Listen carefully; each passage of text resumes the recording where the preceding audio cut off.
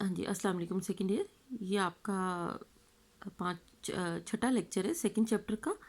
اور جیسے آپ نے پچھلے لیکچر میں کیا تھا کہ زر کا مفہوم، ہم نے زر کا ارتقاء اور وہ ساری بات کی تھی. ہم زر کو ایک ڈیفینیشن کے طور پہ لیں گے. اس میں مختلف ڈیفینیشنز آپ کی بک میں ہیں، لیکن سب سے امپورٹنٹ جو ہے پروفیسر کراؤتھر کی ڈیفینیشن ہے کہ زر وہ چیز ہے جسے اعلی مبادلہ کی حیثیت سے قبولیت عامہ حاصل ہو، ساتھ ہی پیمائش قدر اور ذخیرہ قدر کا کام سر انجام دے. اس میں اعلی مبادلہ، قبولیت عامہ، پیمائش قدر اور ذخیرہ قدر، یہ چاروں چیزیں وہ ہیں جو کہ آپ پڑھ چکے ہیں کہ براہ راست تبادلہ میں جو مشکلات تھیں. تو اس کے علاوہ جو ہے کہ انہوں نے بہت ڈیٹیل سے بتایا کہ بینکوں میں جو جتنی بھی ڈاکومنٹیشن ہوتی ہے وہ سب اس میں شامل ہو جاتے ہیں. مفہوم ڈیٹیل سے دیکھ لیجیے گا. اب یہ ہے کہ زر نے کون کون سے فرائض سر انجام دینے ہیں. یعنی زر جو ہے کہ سب سے پہلے اعلی مبادلہ ہے، میڈیم آف ایکسچینج ہے کہ آپ اس کے ذریعے اپنی چیزوں کو خرید اور بیچ سکتے ہیں. آپ کو ایک ویلیو بتاتا ہے کہ یہ چیز اتنے روپے کی ہے. دودھ آپ کو 80 روپے کلو ملے گا، جوتا آپ کو 900 روپے کا ملے گا. پھر ہے کہ ذخیرہ قدر، آپ نے اگر اسٹوریج کرنا ہے تو آپ کے پاس کاغذی نوٹ ہیں یا سکے ہیں، آپ ان کو جمع کر سکتے ہیں جو کہ خراب بھی نہیں ہوتے. پھر آپ نے اگر ادھار لین دین کا کام ہے، آئندہ ادائیگیوں کا معیار، وہ بھی آپ اس کے ذریعے کر سکتے ہیں.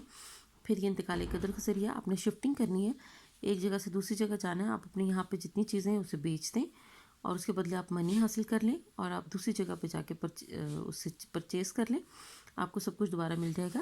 سرکاری ادائیگیوں کے بھی یہی ایک طریقہ ہوتا ہے. سرکار نے ٹیکس لگا کے حاصل کرنے ہیں، اس کے بعد سرکار کے پاس روپیہ پیسہ آ گیا اور اسی روپیہ پیسے کو سرکار دوبارہ جو ہے عوام پہ خرچ کر دے گی. یہ حساب کی اکائی بھی ہے، آپ کو یہ بتا دیتی ہے کہ کون سی چیز کتنے روپے ملے گی آپ کو اور اسے آپ کس طریقے سے اضافہ ہوتا ہے، یہ کمی ہو جاتی ہے. پھر آگے یہ ایک مقبول ترین سیال پذیر اثاثہ ہے. یہ آپ کو بالکل ایک لیکوڈ فارم میں ہوتا ہے کہ آپ جس وقت چاہیں جو چاہیں آپ اسے پرچیز کر سکتے ہیں. یعنی اب جیسے تمباکو ہے، وہ آپ کے گھر میں پڑا ہوا ہے، آپ کو کوئی بہت بڑی چیز لینی ہے، آج کل آپ نے کروڑ روپے کی بھی ادائیگی کرنی ہے تو جسٹ ایک چیک بک اپنے پاس رکھیں گے اور ایک چیک کے ذریعے آپ ادائیگی کر سکتے ہیں. پھر ساکھ کا ضامن ہوتا ہے، جس کے پاس جتنا پیسہ ہے اتنا زیادہ امیر ہے، اچھا ہے. لوگوں کی معیشت کا اندازہ بھی ہو جاتا ہے کہ وہ کس حد تک وہ امیر ہیں، ان کے پاس کتنا ہے.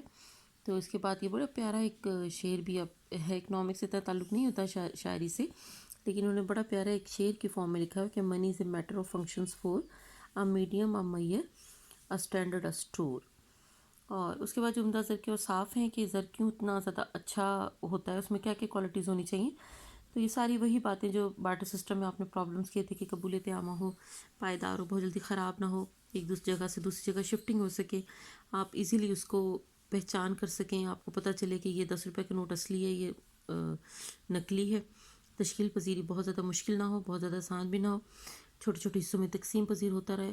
یوں نہیں کہ لاکھ لاکھ کے نوٹ ہوں، یکسانیت ہو، یعنی سارے 100 کے نوٹ اگر ہیں تو سارے ایک جیسے ہیں، کوئی بڑا یا چھوٹا نہ ہو، مناسب مقدار میں ہو، نہ کم ہو نہ زیادہ ہو، ثبات قدر ہو، اتنی جلدی جو ہے وہ ڈی ویلیو نہ ہو یا اپ ویلیو نہ ہو. ایک چیز اگر 100 روپے میں مل رہی ہے کہ سال کے بعد 110 روپے ملے، یہ نہیں کہ وہ 250 روپے میں ملنا شروع ہو جائے یا وہ 20 روپے میں ملنا شروع ہو جائے. اور ذخیرہ اندوزی جو ہے اس کی جا سکے.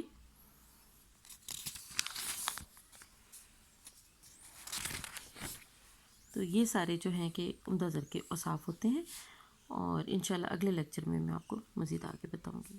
اللہ حافظ.